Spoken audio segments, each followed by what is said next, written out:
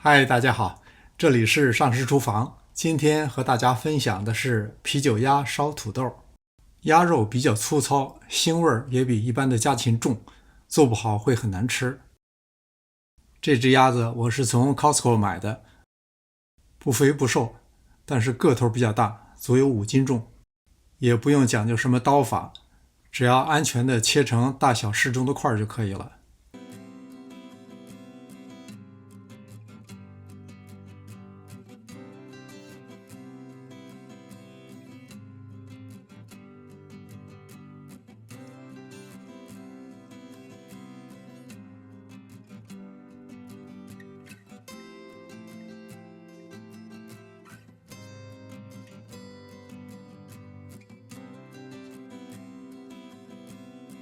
切好以后，用清水清洗2遍，控干水分备用。煮一大锅开水，把鸭肉放进来，煮5分钟。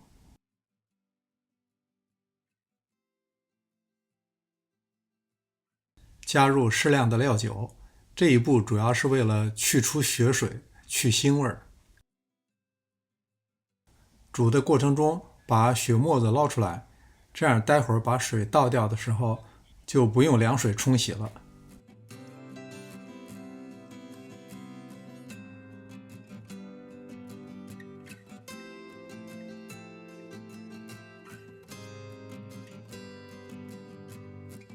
鸭肉比较多，我用了一个大的椭圆形的铸铁锅，加入适量的花生油，先把辣椒、桂皮、八角、花椒、贝叶这些干的调料煸炒一下，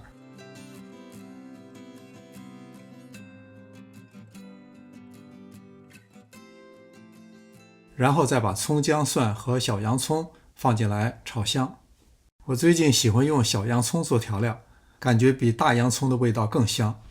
再加入1大勺豆瓣酱，豆瓣酱的味道比较冲，能够很好的掩盖鸭肉的腥味。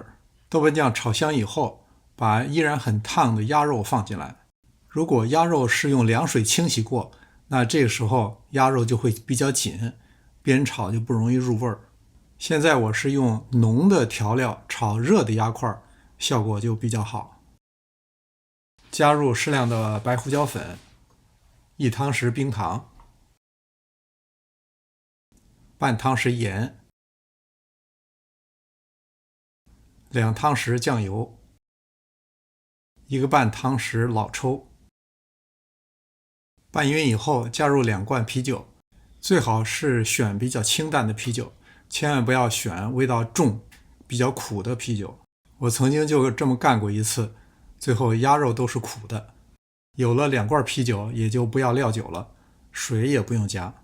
大火烧开以后，改小火慢炖40分钟。40分钟以后，加入适量的土豆块，接着再炖10分钟。10分钟以后，开大火翻拌收汁儿。最后加入柿子椒，翻拌均匀以后3分钟出锅。一定要小心，千万不要糊底，必须留下一些汤汁儿。这道啤酒鸭烧土豆，不止鸭肉味道正宗，土豆也特别入味儿。希望您能喜欢这道菜，谢谢您的观看，别忘了点赞订阅。这里是上师厨房，我们下次再见。